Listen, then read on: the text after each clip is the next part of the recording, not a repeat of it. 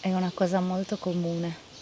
Secondo me, parlo anche per me, un pochino, è proprio nel cavallo cerchiamo o troviamo quella pace che non si trova fuori. E quindi credo che sia proprio una relazione gentile, il cavallo comunque è un animale gentile, volente o nolente ti ascolta, ma in verità secondo me è una sensibilità per cui lui ti ascolta sempre, lui il tempo che ti dedica te lo dedica con gioia e con sincerità, il cavallo è sincerissimo e quindi forse troviamo pace in questo. Un po' triste, però è vero. Elvi.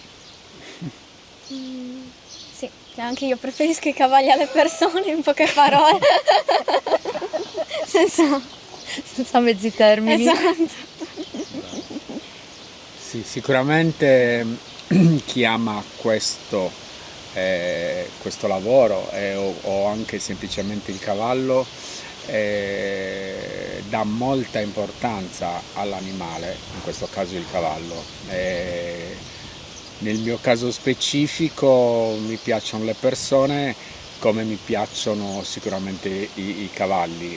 Forse sui cavalli ti rifugi un po' di più perché sono animali sensibili, sono animali che ti danno tanto senza poi chiedere niente in cambio. Le persone non sempre sono così limpide e delle volte quando o dai o ti danno c'è sempre un conflitto di interessi che non sempre è giusto avere. E quindi la conclusione è che a me gli animali piacciono, sì. gli animali piacciono tantissimo, il cavallo in modo particolare, ma anche con le persone non mi trovo male, non mi trovo male.